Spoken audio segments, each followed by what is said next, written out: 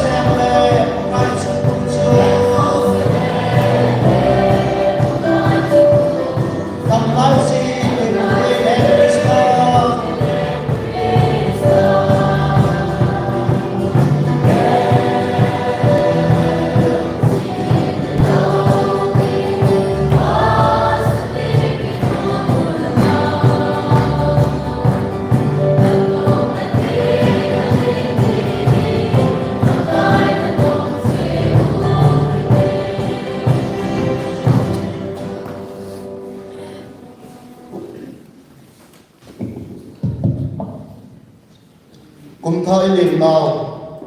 nitha kai ko pathe no khom phat ha pathai hi musawa ama sa pele pathe thang wa nung han lang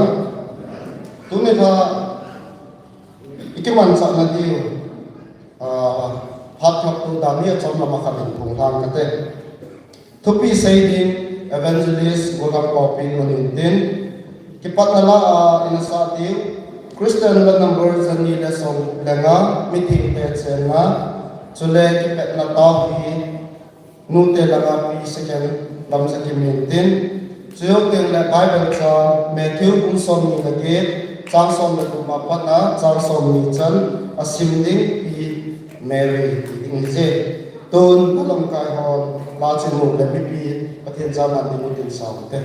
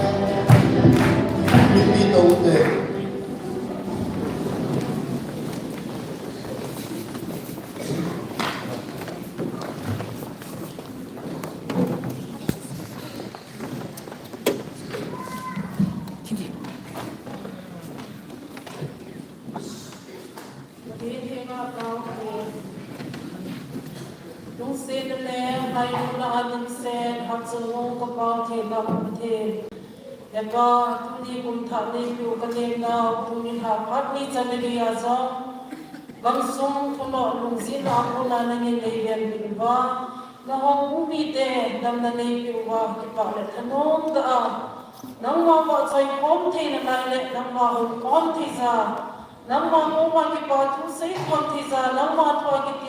ko kon thei na lai ka a pai nei ku sawa dal na nei ki zanun na ko ma ki pa thu be sei sei na min thei lo ki ta ka thang ba ni hi ema ko ki man sa na suwa ko ki lam kai na suwa lam ma ni lam kai bin lam boi na hasan na ni ma sa um la ba ha mo hi zo na ka za lu ba chu ding le na thu mo ga hung ding ding na sopa na nasa puso na tuwa niya sa ibang na din nga naging mga sa akin lang ahin nga din hipitiya sa hepa katungkot ng kakuan ba naging katong kimsong si Wani hong limpin ba kaya mo taasahin ko nagawin ko kamatsal tayo na din ulit kakanto tayo na din wakak yung ay do tayo na din un kalung timo na niya na isunyan pipintizong pa na ko makatawin din dapat saya na lang sa do ding sing sa na niya naman sa patay na ko kaphat suba sulang pala ma isulo patay ho isubo ti ho to niya ni so kaya ba nang malo pila apan ho hi zona ka sang ti na din ulit niya ni lang kay sa binti tu mahum ki pati ko ba na palpi na ngai sa thangba kuma kabon sa di ma kapakay Jesu Kristo ni na kahung hi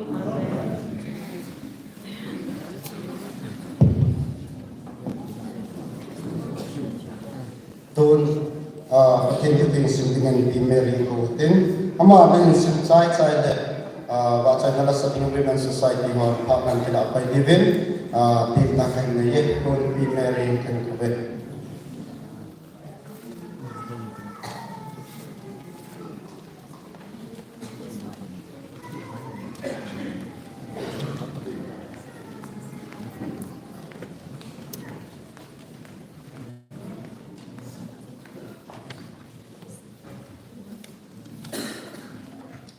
Matthew bungsom nilege sang som le pada som nile atupi Jesus se som le tha pi simpan kaute som le du tuzopin ase te som le khachu Galilee gama Jesus atek ma mola chun ache ta bi ahi som le se ki chubin aman ama amu patun sibai abukun ahi bang abang pangin agin sapobin ahi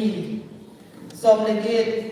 chubin Jesu ahengu ba ahungin ama bochu ahovin azaba ban liza tuni nazu se keima ekipya ahitai hitler ati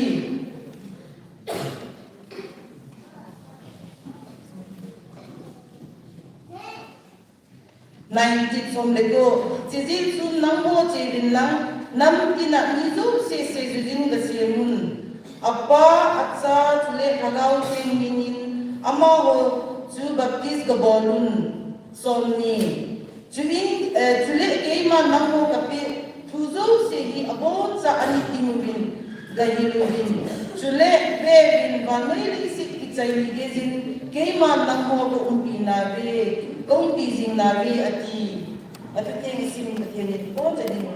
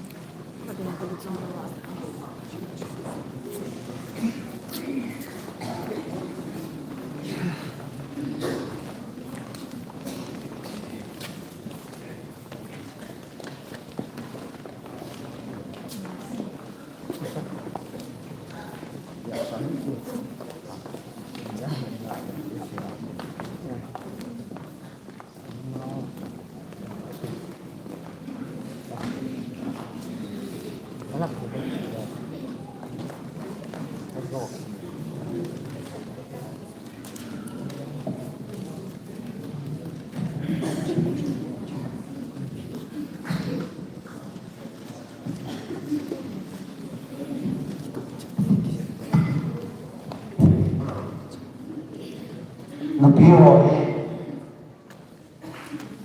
umisak ng kami biting boy lahat sa tuloy. Kumain. Hindi makantuto gano'n. Buong yung beses ng bola, kaya nang sabi ko sa'yo. nasa tabon ni Tito ay patok sa tanggol.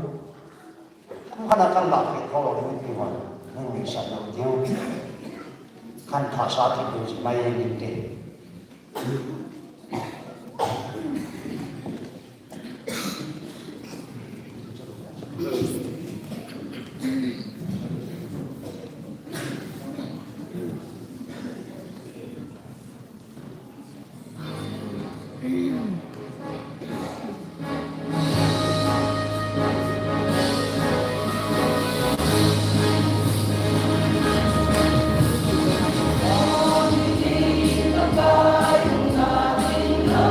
Kita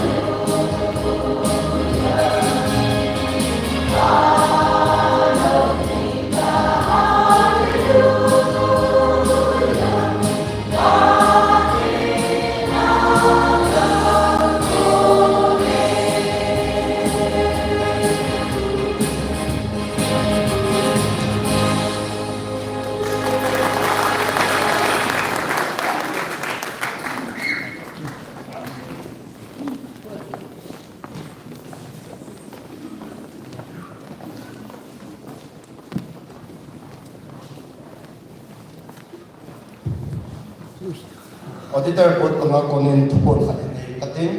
ong rung ding thang chani Saturday ni le audit bode even je chun ho bung sunga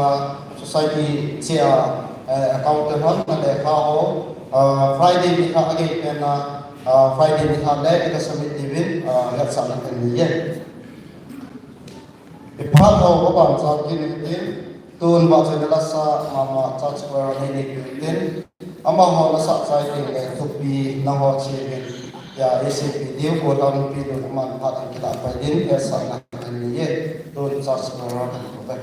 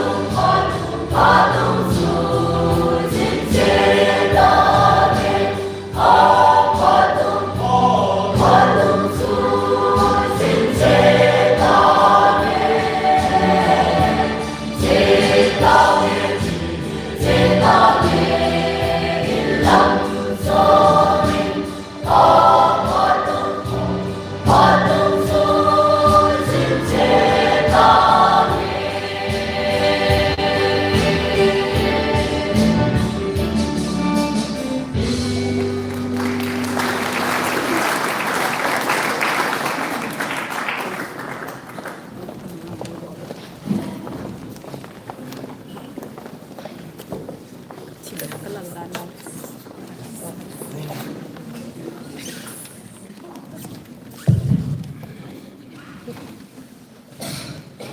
Masa ganin ito mga papapakoy. Dami na ay mo sa kapatid sa tambay ng handang 2024 hingpuiga kaya ba 2025 New Year program at sa election dito hingpuiga ba masa ganin kapatid sa tambay ng handang pagkaipat na at isa mo din dengan kapatid tuan na lubutin dan pagkaipat ang tilit patol sinipibin lang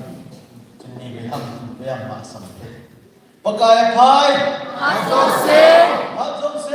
Pakai pai. Dia kahapit dikit. Tu ni tha. Itu biu. Nang ho chi. Ichi hi kum se ile. Selai muna New Year atsai na. Topik khat che. Za ji mo he. Ichi se hin ka gyanin. Iti ki se ile. Ai lo ba he le.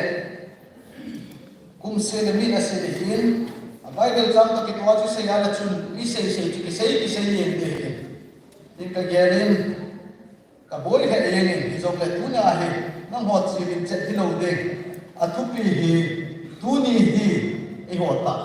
iki pat pha hi ni ba he som chai se kom kan de nen tu ni hi ni ngan se hi ni lo nang ho chi bin ta lo ve e ho ta iki pat pha hi ni ba he patin thua ni tim kom tim kan ni sengen ichina dinga chul pa he na panili to me pa te lu set he ka pa hin sing ka pa te lu ni ko he hin ka ba chan ha he jam zo ding in ka ki lo po ve hi zen zo le na mi lu set za la nei mo so ki za le ni min ting ke ta ka tham bo ne he nang ma tu a chom cha thu hong ki te khong na te ko ba nang ma nei mang cha ke ma ma cha om po ta sa la ka ba pam pen ta hi zo ne nang ma ni mang cha la a sei ding ke ma dom pat chu na ka ne ya a hin ngai ku ni kwa hong ke kom ho bu mi pi ken zo pat chom na ane chi ti ne ding be na thu ho he pat he ne bu pi do ngai chan pa kai su krista na ne he Lutsang na wala ka din. Christmas lai chu Christmas iman lai chu ningkum a chu Christmas a program a chu live bi bon le tu pi sei ma sa na chu na ve chu mi som ji lang chu a phat ho le tu pi yo ke sei le ga da mi khat si ke sei na le ko ham chu ke ha ko a jong ko a ne yo ko ke ha lo kal wa dum lo lam mai ta ni jong le bo la sin ki bo ham ni ai le ko lung ten jong le hai lo ni pha ni jong le te pha du le na ki da te ding wa kai ta lo ne ko le ya ding yo ai na ho ding so na ho ding a kai ta lo so ke hen ni chin na dei dei pa la ke sa ho hen lam ki se le na ngai mo ki du le na ga ta a ya na ga ta pe ki du le e chin na ho a ding a lo ki ko le te lu hel na jong ki te hei no ba za he nam ko ve lang le a chi mang nam ana u min te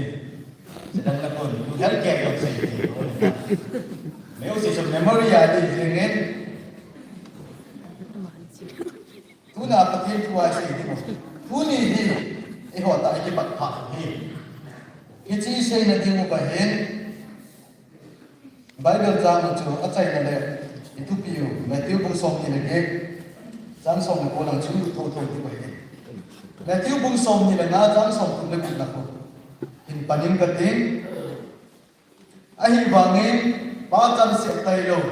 ba na ban tin te so cha pa so tu ma cha ani ko le ni dan ta chu he boy ahin nak no ani ko ta bang chu mi him cha pa hong ki so ki tin he ma te ni te ki sin no na pa te bu ku gan lan hicha kain sin no na asin chu ya he ya ku lai pa tin go het che ki ni ding wa he bai ba cha kai sin pa na no chu he imu chu ahi bangin pa chang se tai lo ba na ban ti te so sa pa so koi ma cha ani ko le ni dan ta chu he boy ti ma sa pe na imu chu bola है जीसु क्रिस्ता है कि तब हम के लिए नहीं अपा लेने दे ता है ऐसे ही तो वही दे की पा है लुंगिल ता इंगाई को खम बम जो की गेल खम बम के बा का गेल जी Ija kalunga pati ni hum pina chi har ni ti ai ibola aphan le ni de cha ei se ti ham ti pa hai lungil ta ga ge la hi le pati ni hum pina chi har ni ti le aphan le ni de cha hi pati ni ei na het sa ham lam e ho zo se het ni na aphan le ni de cha hi ana sei ngai ngai le mi he mi ino ma ke chon ni ti Yesu Krista ka sei ding cha het ni ding mo Bible है January 1 to January 1 है 2025 निहादन कुंभुक मखाए और कुंसकी बेल जिसु क्रिस्ता है Bible है कि नसी है January 1 2025 जान कुंसकी है कमी थे के पुया को मुदी थी Bible है किसी नहीं है ये पिया ते जब तुमने को है लुंगिलिंग दा नहीं तो से जो January 1, 2025, Zan Kum Say, Jisu Christian, a bit that we are holding a heat in a Tunikwa, when you guide was a good guy. I must have been. Hey, Lovahe, Tunihahe, Kum Say, Jisu Christian, holding heat in the kissing in a Zanin, 30% without the more son of Mount Code. Hey, Lovahe, Tunikon, the Nikitan now. Thing lo dap ta nevin khaini nevin sazani nevin sikari nevin deri chemubin mi dap ten jon se nahi koi ti ve ahi bange Bible hai pathen tu hai pathen January 1025 jan kum sagi la kahum de ne ne ane kisi ne ne tu ko to hoy sumatu mi dap ten thing lo hin pulu na de heti chun ane kisi ne ne apulu nam na dap la malala chu pathe nahi mai da min ta dai na na kisi su kai de ai hin na chi tua agya lai ta pathe ke hu ki na chi ham ni ya hai hin da ba pathe ni aphal ni dan ta ai se ki no na asik ten khat ba hai anok no pa na Christian ni a anok no pa la de dia ni ko manga anok no pa le adu du ne a Anok to pala hoin kaya akham nom pala kama anok to mahin ko mangohi patinin zo ama adin ma chading ma ka ti poi ti pa hai isei do no ama sa ka azir chu miem to de dia ni ala sem lan hidda ba mo til bol ni ma ala sem le apha ka ni dan ta ba mai sei inte ong sei ti le ko hai ki si di mo bo ba patin lu ngai ti ta cha ni Ikas ko kayo. Ahi bange ichay mungchun. Apala ni detta ese ilubang mungchun. Ipehang ipela nawati pula yung pagkina hiya tikibina. Tulay lesi chun tinumba no ahi ibe na hiya. Nawati pula yung akikibina jab hindi akimutan po na hiya. Nawati pula yung kakamutay ho. Uni po ang mutay nga na hitakin. Pag masalay ka din na yun. Ijituji ka sa hitakin. Nawani bulai tin so jandano tu ni ko leise chunga ki daw te inam sumu i society suma thung lo thak chang ta ko ne hita bang phat ahi hi ike lo to he ni wa ichi bai ka kan chi ma sat kan chi ita bang pha na i moham ita bang bimu na i moham phat hita bang apha le ni da he do wa na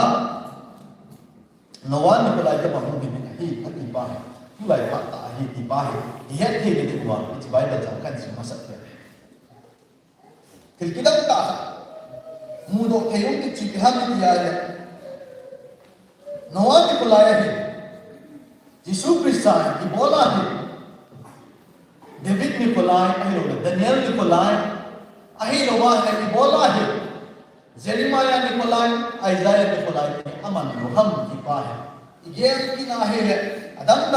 reason nam citam nante. Izong la tuni na ese no mucu. Ichi aku na, ibola Noah ni pelai aman kan ham kina hele. Noah ni pelai acu, pakai tu lesi tu anazali nahi. Noah na ham sami nahi. Wizong sen pakai tu aher nahi. Gom sui ni aher nahi. Ahi bangen, koi baca pakai tu angai boleh. tu lai le se chung dan ma chu pathen tu ki heso ke chon se ne hi yong ke heso ke ai ba na athu ngai thum da le khang khat chai hitsina chu achai na chi piso mi dia le no wa ko lai chu pi sa ong le ne mi hem chu ba na tam la chu mi ge se so cha ne mi ge go so cha ne hitsila ai ka se no chu ibona mi dang ai ja ya zona ni ko lai ai no le david ni ko lai mang lo ba no wa ni ko la man kel ke tham mi dia le no wa ni ko lai bang le se chung zong he mi dang ta pathin tu him hem tin pathin tu ba hu zal tan te hi zong le Jisu Krista kahong kile ting le ba khen do ai do le la to ba mi hong cha do ni ni pa mu do the no mi le ji hit da ba ha din mun lai ta ni no nung pa ai do ba le no wa ni ko lai ta ki tu igamu ai do le se chu ti rum dan ni ke na hit da ba ha din mun lai ta he ibola he le mi tam da na to ke chi Jisu Krista he hung din hai tai ti mi tam kan pun chu ase bola hung lo lai hap ti pa mi tam kan koi san chu in nei se ni nai pathen tu ma ma het sa lo le second Peter bung thung lang si le na he le mi khat to bin ge sa ka sa chu pakai atu de lam do la ge sa se koi koi ma amak kha ung lo ba mi zo sin dung a he man na dinga dinga ka ngai tua lam ho za la ko ngai so pathe ni te sin do na pathe ko tu na mi zo se he pathe ni aso cha te adai ma ma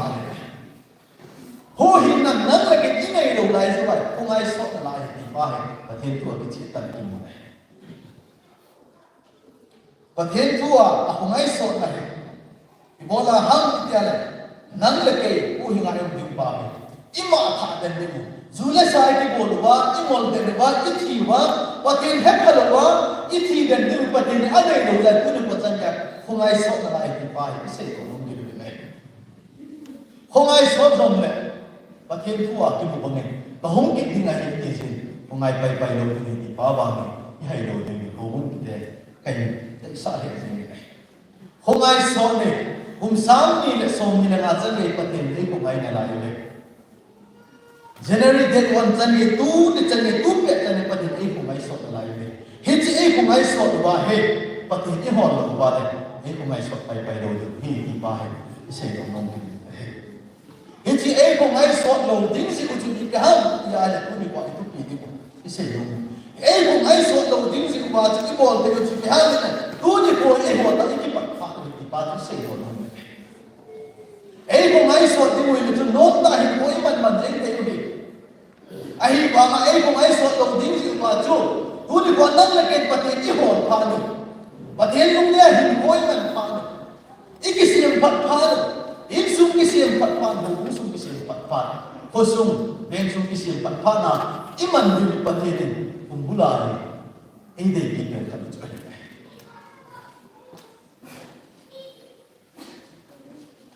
Bible cha jo Umeri nan sin ki min kate Matthew bung som ni lege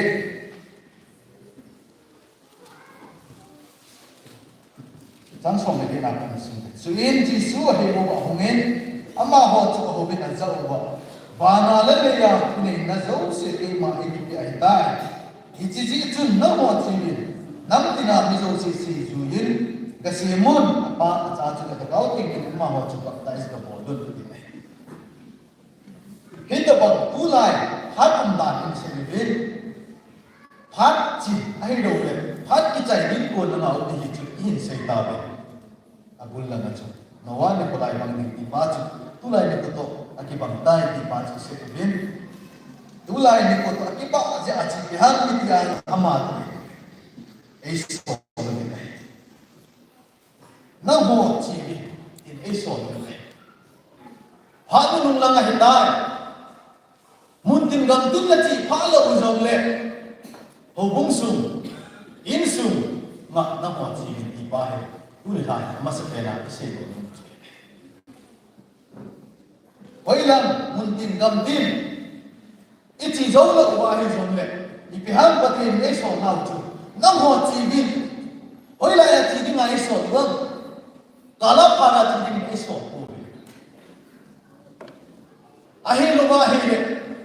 ol ho to judon phom ding no ai so ko be ahi loba inok no ma hin phom ding no ai so ko be ahi loba la ko ho diwali la ai lo la ko ho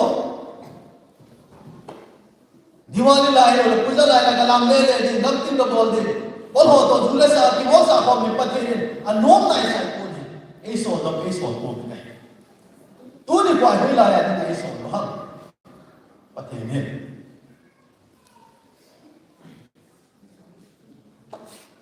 ai so la pa ki to lo he ki chon ngam pa ahi ba nge tu ni pa chang nge pathin ba ngai du na dum se ai sin ai ko ngai so to ko na la jani ha yung ki ko nan sak pa ni lai ta chu thar ti first na chu zo se se tu na la so te ni se ngam chu thar ti first ni ta ta chu sam kon ki su na gram na ki le ne le pha ya chu um ta ni zo le pa ti ni na ko ngai so ni tu ni kon lai ni se ni se pa ti la kan ba ise yo mo chu pa ti ni ko lai na ni ngai so ha ai so lao ba chu जो पुंगा है वो ऐसो ना बांचू दुकान होगा बेरी चोदी आई लो वाहे शिखर चोदी साधन चोदी आई लो दिन को इमत नुपा मंदिर बा पति ने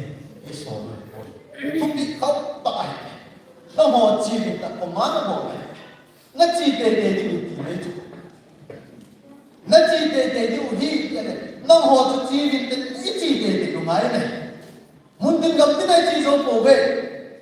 न सोपी नहीं सुनने की सिद्धि बिना अजियत जाबले ले दिन पते नहीं सोच को वे जान से ले जो कम अजियत जागे थे तुमसे ना इनको मत जाने पते नहीं सोच को वे कुछ मोहे के ना है इन सुन जानम का अपाज कम गुन से नी पाज कम गुन से ना इनको मंगजम ओम ना kita bang dengan bang patele hin suatu beti pancu isen dong nong sam zakat atun sam number zakat atun sam som nan chu ki betna I chon sin naw to ki thu azong e bol I them mo naw tum chu ya e bol zong ki oi tu ni bol kum sunga ki man cha naw ge ru te I chon sin naw ba a he lo wa I them mo naw ba mai patele e le ni mo le ki chilai na ki form ni ni tak cha lo cái gì mà mình lại phải tìm được một cái giống này và thêm những ngày này cái của ngày sỏi thì lại về thì ba chục áp bắt là cái xây dựng một chỗ thêm còn ấy sỏi của hắn cái xin ta bằng lấy à cái này là dấu sự kiện hiện tại Jesus Christ này bằng lấy à cái này là dấu sự kiện ba này cũng năng lực cái gì cái sỏi này năng lực cái gì tiếng Anh sỏi ham cái gì à mi dấu sự सेजुया सेंदिंगा ऐसो दे बोले मिजो से ही सेजुया सेंदिंगा ऐसो दे बोले सेजुई दिया है मीनुम जुई ऐलो वाले जुदोन लम चुन हा से जों सेजुई दिया सेजुई अनुम जुई अब मी तम बचो जुदोन वाले दे उनते दे जुई पते नि बा वैसे तुम्हारे सी इन सो न पाओ Khi chỉ hô là những cái gì xảy đến vào in phồn vô này, ai đâu mà này, dù đó là những nung đại khai lệ, những nung đại lệ thì mà, bất kỳ cái này sẽ cho in phồn vô này, ai vào những cái này in phồn, hăng thế này, mấy giờ sẽ cho bất kỳ thua, sẽ dù ya xem đi là in phồn vô này,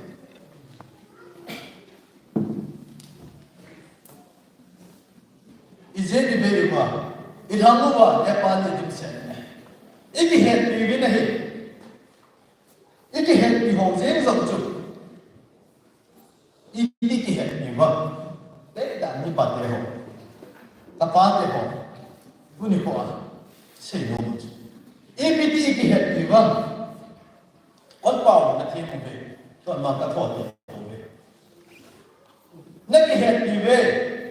नहीं है भी ना हो ये ना है दम जो है जुदोन ना के है नहीं आता नहीं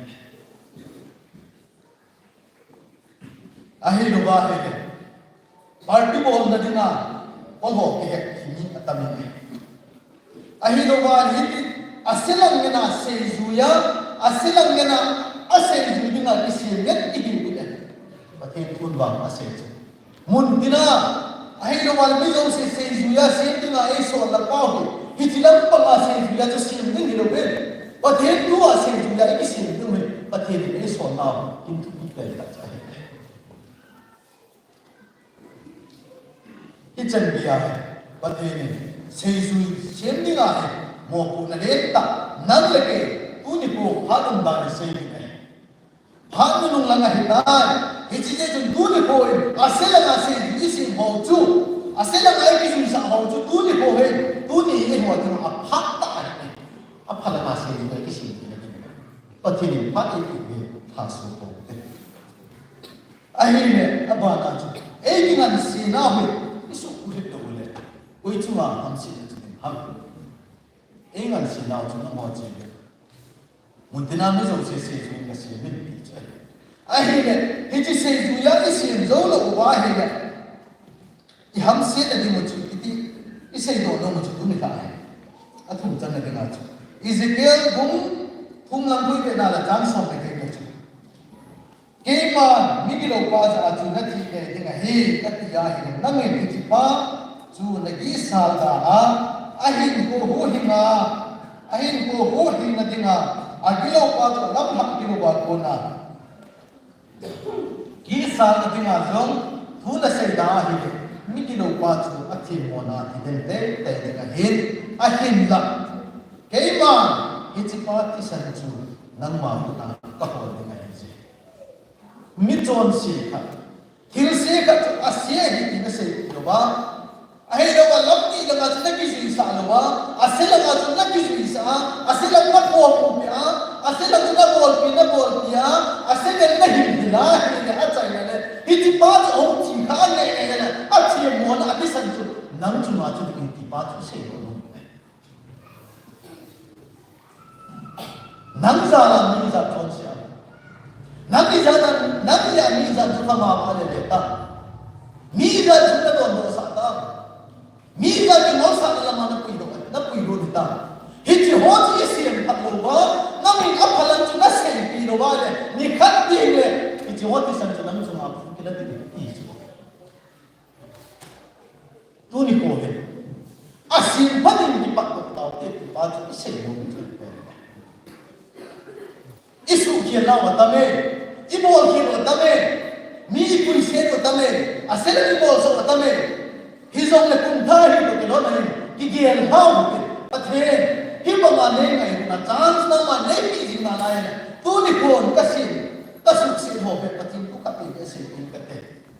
Kisim phatna nei the ni wa nei the lo no, e ma tha ta ni ko hizong na kapi be se tin kate. Sim phagum kate. Aloi ko pai patin hello ho ta ki bo ko ma sa patin tu kat ni be se tin kate judona ka chi pi sa thil se bola ka chi pi sa nge patin tu ai lo ba he patin tu ka se pi lo ba he so kom chan le ku to ni pi pa he tu ni pon bo bo mi pi te kum ta hi ta te hone ki chou na ne tin ki tin ko na no ne tin kum su ngai chi pu te pi pa he ka se lo no ki ne nan sia mi za ton se a ti nga tu bol den da mi za ta pi se da mi za ta pi se da a hi lo wa mi za ne nan za a pathe ana sa mo a hi lo wa mi za nan za pathe lung dei lo ma kin ko ma mi za da ni khat deng ne se ke la ni ko ni chi ho ti san chu Inci hoti sanju, namo cuma aku tidak dengar ini baca, isi yang ini, inci sih tu ni tak, hak udah, hak nunuk ini dah baca, heta ini, inci hak lain tak yang lain semua het, kipat itu, tu ni kuat kipat tu ini kipat ini, senaya, pada dengan petang kami ini sih, tu, inci saya muncul nghe để gì tú cái tí phá đi opportunity quay tiền ta tú đi qua chán gì lâu và tiền lùng đấy à in coi mình được qua đấy gì cái thay này có giống cùng thay đi cái thôi tú đi qua nắng cái in suma mi pan nhà này giống này nên gì nó cho nó sụt cái gì á nên gì nó cho nó em bố là nó không gì à cái gì nó thổ mà lúc xét là ta bất thì nên chán gì thì cái nó nào đi bất thì lùng đấy cũng không ổn đấy bất thì bắt thì thôi ahi lo ma hi ne him su zo mi be na hi ne mi no mi ba be thi ti um ta poen atham pia ap ta um zo ne atham zo he be thi ti um ta poen cha te je nam lo ne ma ki ta en he chi li hi cha te ho hi pu ni po ti be na hi ne sin san no om gam ta po ne VPS bola hai ne kya bola hai ne ki hil ahi banga in langa ti wai ne mule pa no cha te boy pi man lo cha te ki boy pi lo wa hi ne sam la ma chi na cha te pa thi na ko na pakka ya ko na ko wa le se chu ma ko pi dap ta thil nei ga ko dap ta hol na ti boy wi tin ahi lo wa hi ne sana dal ka su la pa hol na ti boy lo le ti boy pi pe ne chu ti cha te pa hi pa ti din bo chin ding ai hi chi do do wa le sum dam ta nei jong leo hen i cha te ko chon sin ne na ti den jing le je ke la se ma a ti san ko chon nam chu ma chu thok to ni pa chu i ye do kum su nu le pa te cha te phat pi hu cha te se mu te school a wa za ho se nam se po te a mo jong phop se ko ta e ho ni sin cha to su se wa za ho ki do一看到的地方公了过来，嘿，这些努力发展嘛，他们办那个的，都你谁搞不对？然后还有个，哎吼，都你把一个办了个，一办你看，因素的先都不对，一张的一脑袋好，不行的那么地方不对，一张的一脑袋好，结果你也办了过来，一张的一脑袋好。我说我人家不中的，你托比不对，我说我本不对。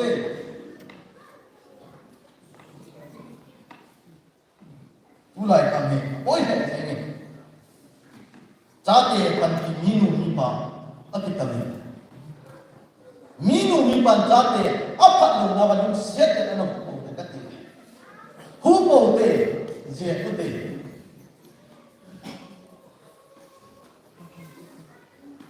tu ni ni ko hi iki pak ko phat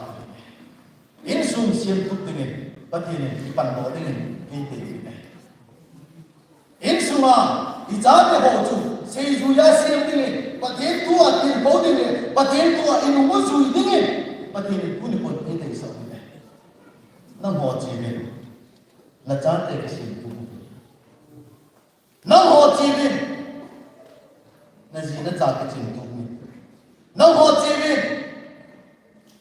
pala phala na at ko na nang ho chivin in sung ki sim tum nang ho chivin ho bung sung ki sim tum mo nang ho chivin ko sung ki sim tum mo bon cha chi ko mo tu kum sung pathin thuwa ki bul pho pathin thuwa in sungai ko sungai ben thu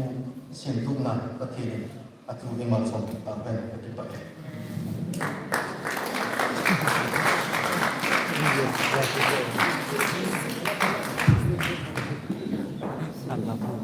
Itu soal pertanyaan dari janji di maksud tahun lalu. Tuh ni pak awal kini kita se upah lima komite sekretariat. Kita nala inasa event Kristen number so milani pertanyaan nama komite kita nata kita holang aku tahun ini se tuh kita se pak katanya.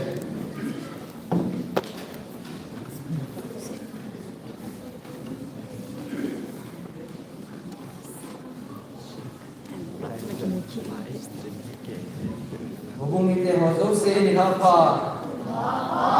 Tung nama ni cik dulu dan, soalnya itu orang dan orang lain. Kamu sekarang dah mulai den, lepas tu saya lepas ni den, cái bà thu đi xây kia là lại của hắn là suốt thì gì đến để cho nó hoàn hảo nên cái thuộc viên lăng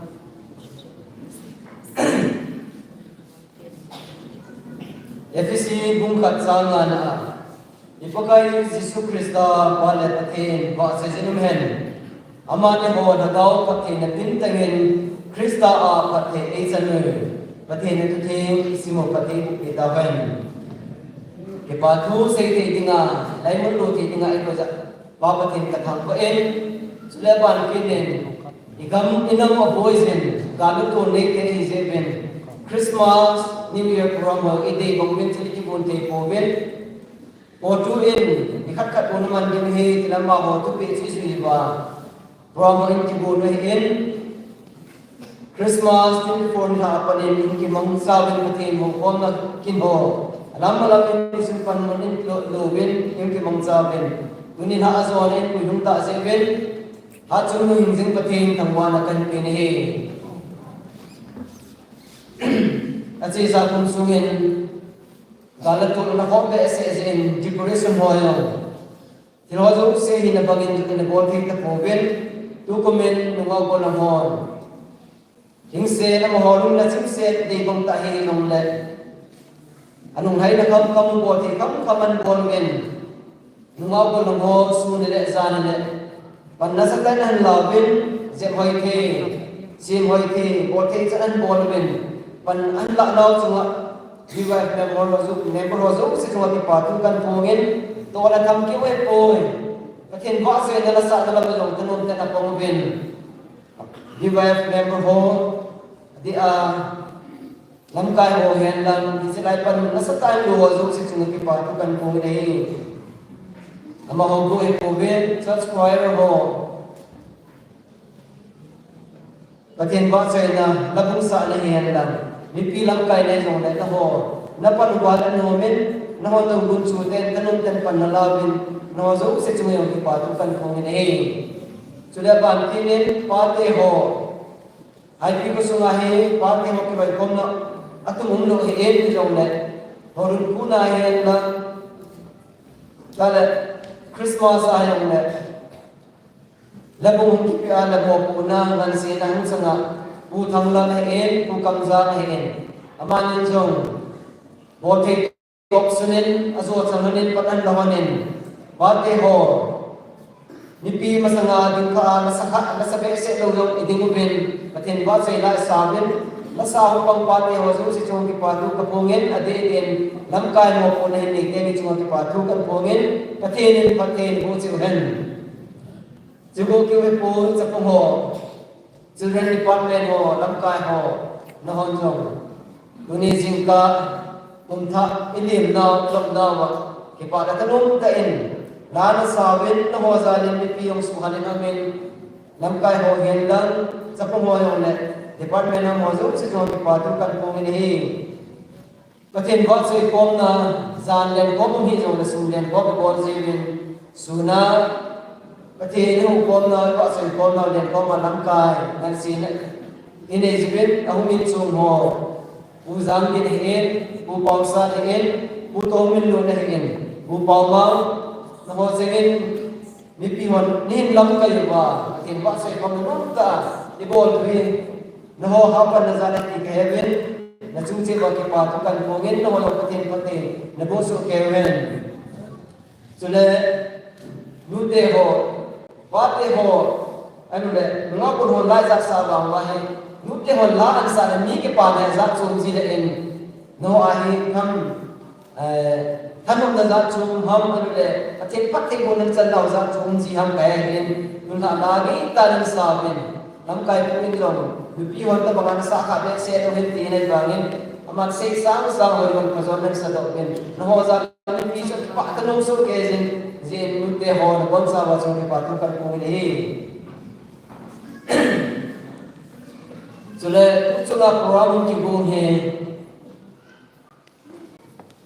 department society level along la thi khat khat ni ta bang ki la en chule avenin zo kan ki vein itia chu program ni kai kom na bu ke bu ine je hin program ai la bang zo ki hom nim zo pon ki su tu thei pon asang tinga loma tigela sang lo em ding wa hen ahin kan sei bang chun committee changin hin tigel ko ma department na anul avenga la the ti aso hin ki homa hen rama humin chunga apan mun kitup ta hoi ta hin do ho zo ke patu kan pongin tamen pathin bo so ke hen sunlen ko bi bol zibin dokumen ne le doni masaya na tu ko ben ne le doni tile bol me ke tile ne la bin lang anne ko ne bol ko ben je chu gamla nam ko izin sumla pai don a e ke patla moment je chu ai na te kam kamen ho kumin ko do ken ese suna chadon ne te ne mo ho kumin lai ko ta ti a he dungel lai ko hin kinia committee chingen panin bila hen ai wangin hichilayan ko itabang pathin na to na kay jong kaso kamin kapan na titin pangiti a ano ko man ko na kyong iti aso committee na kyo na hele bagaya pati butsang milung len jong iti diwentin ahong palo iti diwentin mi papemen kay jong sa pangiti awon hom lai bukin chong subin ki pam le zengin Christmas ni koin committee chairman pan suna ne di pyon ni ho su ho bung pa so pa le su mi te ne ko do pe hendi ana pongin di pi ke pa obin ko no jang ne be mo gen ne ne do no su ki pa la kan ta ne ne ne do no gen ai na new year ading a he chairman pan challenge an por ki na ne कोई तबांग चो कि बहुत सारे के yung tingin na hijingin na kan no ulit nakinoro na sa lo dir ti an sei kinala silai hen mini pathin pathe bo chan non lunglen ta hung pham ta hu pi do kinan doctor pau kai en sung ni te chale nga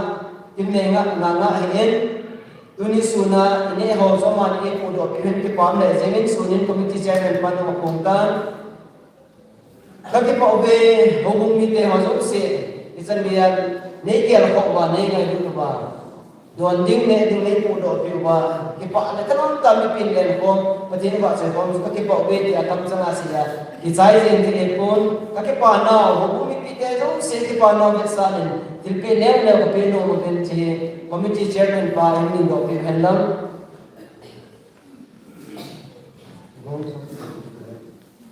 til pe ne na to do ho do te ding a mo chi ma sa ai pi na je chun yer pen lo ben ki pa na no tai la pi ding ben pasor pa hin do pen lang doctor pa kai nga hin din do pi le ki pa mun te nu se en pasor pa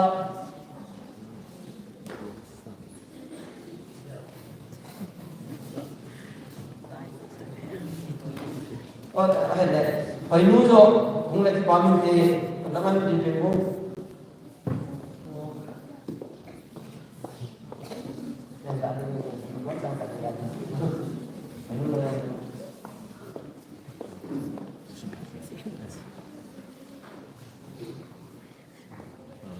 पामी चल पे है ये मकाम ही संग के पास sana tapi ini ke patane san pinkan din नहीं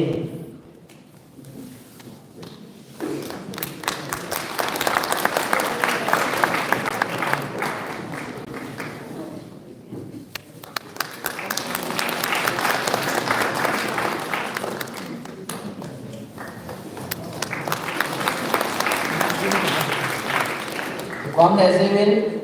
cút bệ đa là chỉ tập sáng chẳng được có lỗ là sao tập bằng thì qua là cái đông tân gà đều phóng sổ kèm trên hay quang đại mà hoàn toàn đi tụ kita bình tin sẽ committee chairman pan đi tụ bình tin như giống xin đèn phong là hai cái sổ kèm nào bình na anh nói là không là muốn làm thú cái sổ kèm nào này ai bao nhiêu gặp tình yêu các bạn lá là sao để làm phát Allah saja ông ấy sẽ có cái chuyện gì khác ngay rồi và thêm chút xe thì tiêu là nếu xe thì tôi muốn nói xe cái mà cái tiền gần tiền đó có xe thì chút tiền để xe rồi yên cái tiền gì rồi mình bị giống xe ta sẵn rồi tùy ta nhẹ vai đòn và cái ổi bao vai đầm nô bằng và hà đó là giống còn số là mà sao này thì cái tiền mà tụi chúng Christmas New Year promise in heaven to be saving and hanging hubung lam kai wala aku ne pastor pa hen sudah committee chairman pa hen aman jong pa la honin sudah zate naute ini ho theologian kina yung ta ini ho ama ho jong kitchen zanbo khat khat hi ho mo ben tadau anin kita nei bo ben nei til ho ben ki pam le zeng nei tu chunga tu se ho nai nom nom min thanom nom min tu se ho na bon sa ben patin bo hen lang tu nya sang sang ho zo la phaslo a malama kal sung sing le patin na ma pui jing tin patin na bo hen bis ko ga se nom hen ki pam le zeng ki kam chunga ka se jalim zo lo te hen ji chun ki pam sa nan chu pi ne kat en ro ka ka pi nom ben he chi he speaker hall ega ngai dam hen la ewa no ngai dam mai jin pastor pa he ngai dam mai tin ichi price ho ki pa man ho he la ho ko pe no hung pastor pa hin din ke da ke pa min te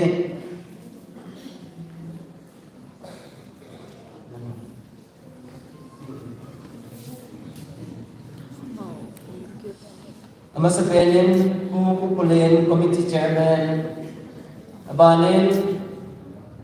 ku thang zakai abanin bolang ngamsa abanin bolang hensa abanin bolang pilun evangelist pilun yung din do pichi la sun ki pamin de no zala tu chu programming do ni hen hobung mi de jong thadau na ki lep sa sa yang dong sa sang ki patani sang ki din na tani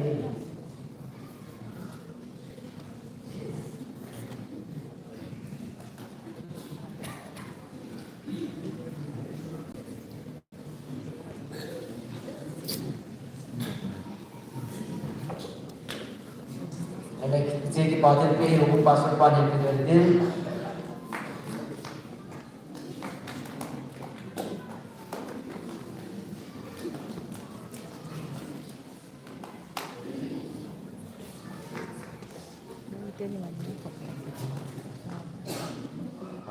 pasal panghung dingin ken ama hojen sehen ki pana kanum ta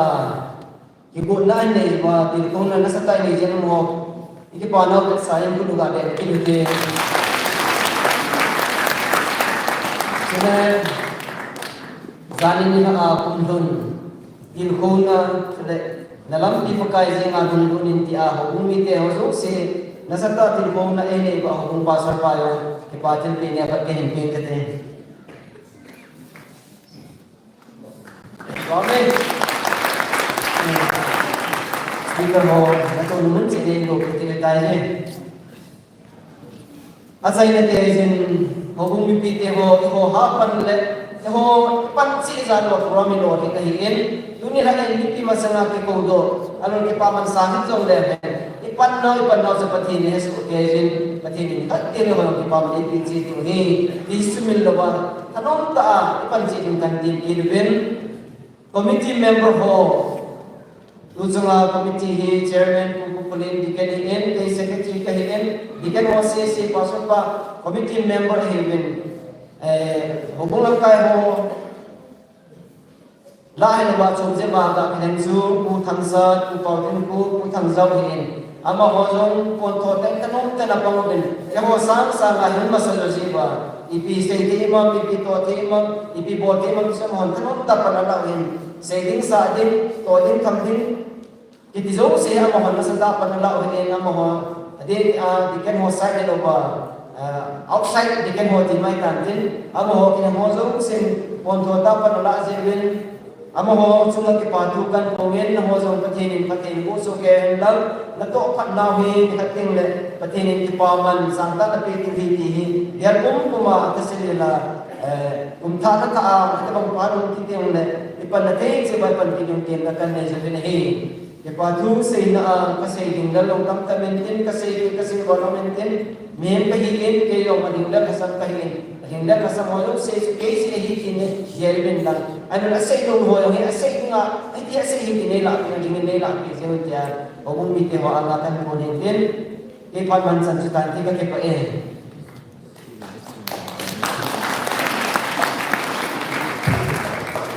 Bunika keman sa kasungba hina sa sakil bot kelule papatin ni nga naman lang manu hay nai se to khau sa to khau ne manu pingan chang ta han ton ke khan na la si mu ba da pi bo le ni tin sa ten ke khan na taw he ku ha lo ni ma ni se Không lẩu này không phải ăn thịt đây. to lo ko kyong go ni kha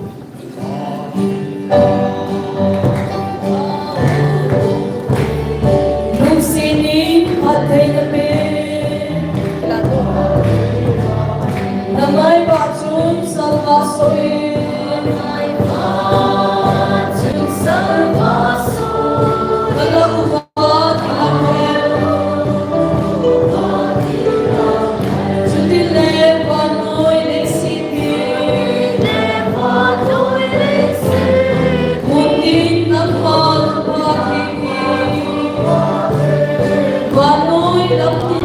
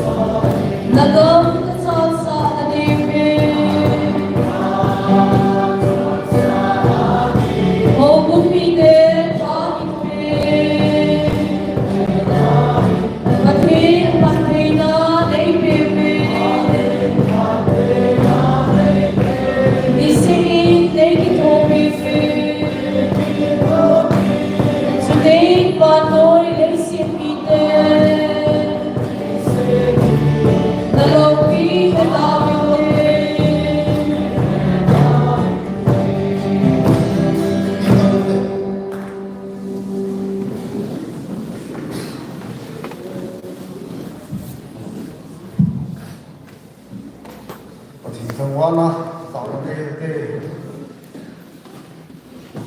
wana kapal jin ka pathi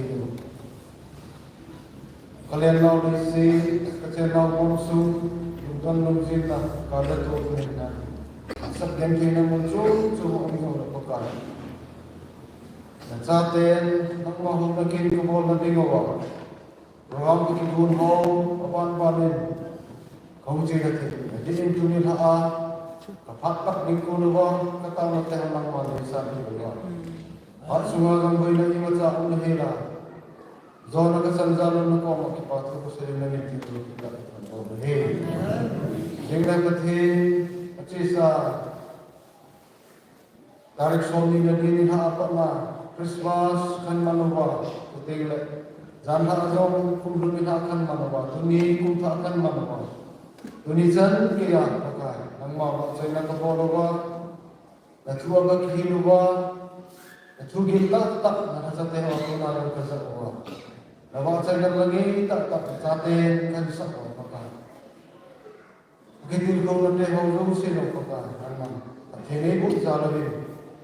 ni ma sa ni se boy ni ma sa ni le pa no kan sai te jin zo ko pa kan si ni na tang ba he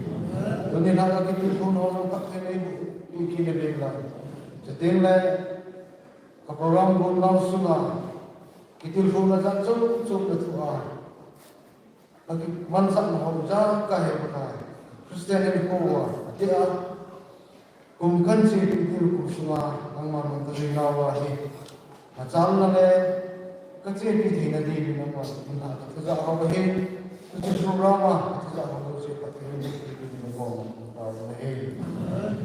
Ito bang pamuhin bela kamu kinuwa okay nang mamintin ang wala nang mamintin kung dapsang akanay kita na bumite sumaga na pagawin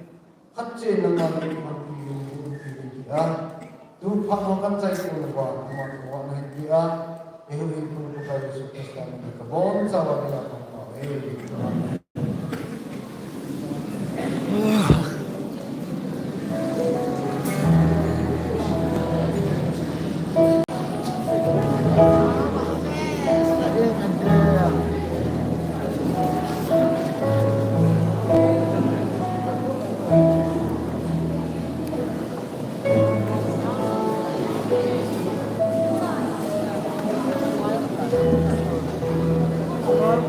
Christmas boy. Ten New Year in Mangso kay mo mi pite sauce.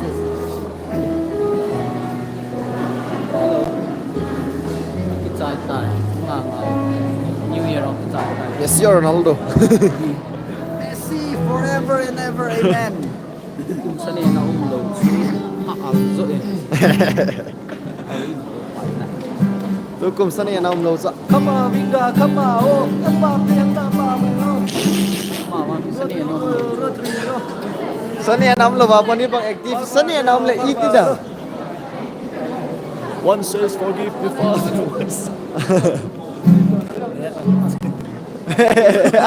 One still zero. Father, one says punish Hey, speaker, bye. Hi, Yamaha speaker ima. YouTube channel ni bye. Look set and subscribe. YouTuber pa he. React ko nung lang. Alam ka? Nila kun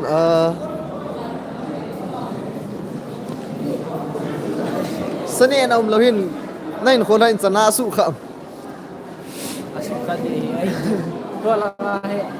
Ewa, kalbo sila ita. Huwag siya di. Sana mo siya. Sana yan ang umlaw mamahi. Sagawin ko lang hadza eh.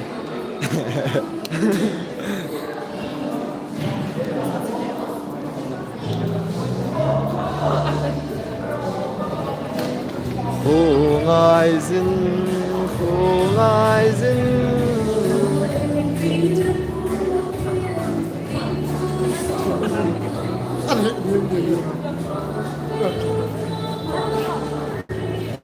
Oh.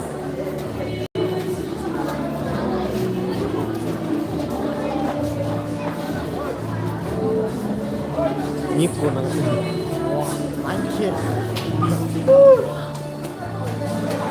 Mai rồi nó lồn na cái mình diu pa chơi rồi nó lồn na cái mình diu pa chơi đi chơi live là live chứ nào hi hi hi I'm back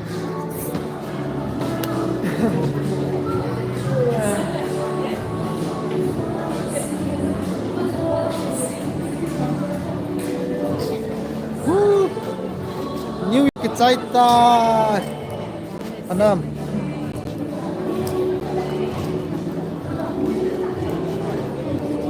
New Year program gezeigt.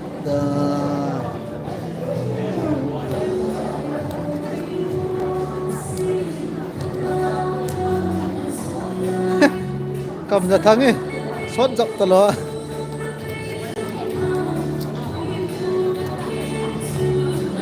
Bên ngào nấu nâng hả? Hả? Nấu nâng hả? Mi kiện này là phim này.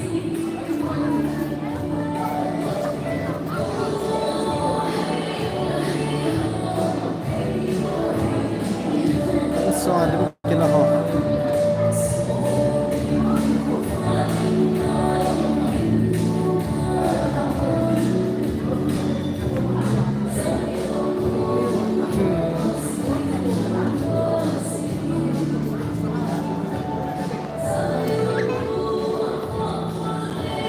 Come and sit. Let us sit here.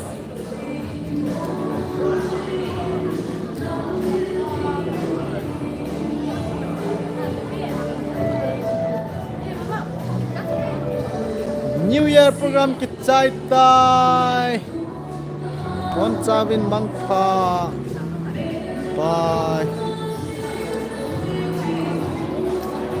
Đi thả đi tao.